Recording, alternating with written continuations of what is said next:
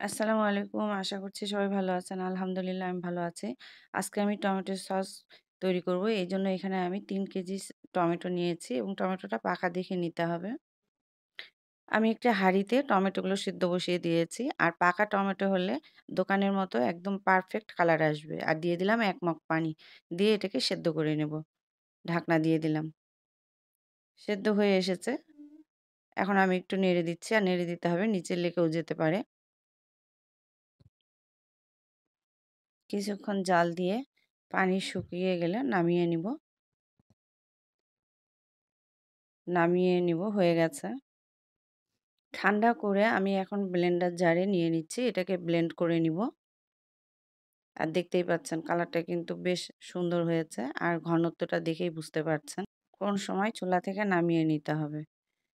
বেশি পানি রেখে নামানো যাবে না।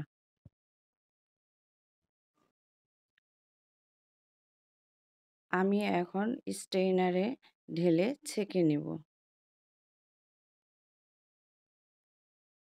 হ্যালো বন্ধুরা, এটা স্কিপ না করে ফুল ভিডিওটাই দেখবেন। কিছু টিপস থাকবে। আমি হাত পরিষ্কার করে এসে হাতে দিয়ে এখন ভালো করে এটাকে ডলে, ডলে ছেঁকে নিচ্ছে। এভাবে সবগুলো করে নিয়েছি।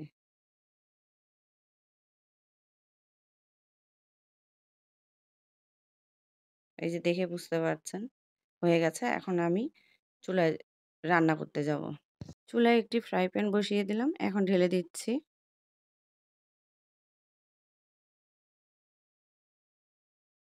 আমি এখানে ৩ কেজি টমেটো স সস তৈরি করব। এজন্য দিয়ে দিলাম মরিচের ফাঁকি দিয়ে দিব আমি ভর্তি করে ২ টেবিল চামচ।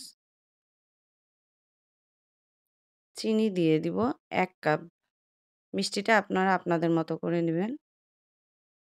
আর রাঁধুনি সিরকা এটাকে দিতে হবে। এটা আমি ১/২ কাপের মতো দিয়েছি। এটা দিলে ভালো থাকে। আচারেও এটা ব্যবহার করা হয়। আচার ভালো রাখার জন্য। এখানে দিয়ে দিলাম। দিয়ে এখন আমি ভালো করে নেড়ে দিচ্ছি। আমরা সবাই বাসায় টমেটো সস তৈরি করে থাকি। একদম দোকানের মতো হয়। কালার, স্বাদও ঠিক থাকে। বাট দোকানের মতো বাইরে রেখে বেশিদিন খেতে পারি না। নষ্ট হয়ে যায়। কারণ আমরা প্রিজারভেটিভ ব্যবহার করি না। এইজন্যই আমাদেরকে সাবধানে ব্যবহার করতে হবে যাতে নষ্ট হয়ে না যায়। আমি সিরকা ব্যবহার করেছি দেখে লবণটা আগে দেইনি। কারণ বেশি হয়ে যেতে পারে। এখন আমি চেক করে দেখলাম আমার একটু লবণের প্রয়োজন। আমি লবণ দিয়ে দিচ্ছি। আর মিষ্টিটা যে যার মতো করে দিবেন। আর এখানে আমি অ্যাবারুট ব্যবহার করব। কর্নফ্লাওয়ার ব্যবহার করলে অনেক সময় দেখা যায় ফেটে গিয়ে ছানা, ছানা হয় আর পানি বের হয়। আর অ্যাবারুটটা দিলে সেরকম হয় না। আমি এখানে ৩ চামচ অ্যাবারুট নিয়েছি। এটাকে এখন পানি দিয়ে গুলিয়ে নিতে হবে। পানি দিয়ে গুলিয়ে নিয়ে তারপর দিতে হবে। না হলে দলা বেঁধে যাবে। ভালো করে নেড়ে দিচ্ছি। আমরা যেহেতু প্রিজারভেটিভ দেই না, সেজন্য আমি সস তৈরি করে বয়ম ভর্তি করে ডিপে রেখে দিই।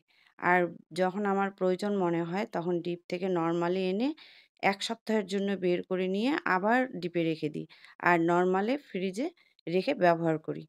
এইভাবে আপনারাও সারা বছরের জন্য সংরক্ষণ করে ব্যবহার করতে পারবেন। নষ্ট হবে না। আর আমার এই সসটা হয়ে গেছে। হয়ে গেছে কিভাবে বুঝবেন? মাঝখানে দাগ কেটে দেখলাম মিলে যাচ্ছে না, হয়ে গেছে। দেখেই বুঝতে পারছেন কনসিস্টেন্সিটা আর কালারটা একদম দোকানের মতো হয়েছে। দেখতে কেউ বলবেই না যে এটা বাসায় তৈরি করা সস। হ্যালো ভিউয়ার্স, যদি ভালো লেগে থাকে অবশ্যই একটা লাইক দিবেন, আমার চ্যানেলটিকে সাবস্ক্রাইব করবেন। আর যারা নতুন এখনও আমার চ্যানেলটিকে সাবস্ক্রাইব করেননি প্লিজ সাবস্ক্রাইব করে নিবেন। আল্লাহ হাফেজ।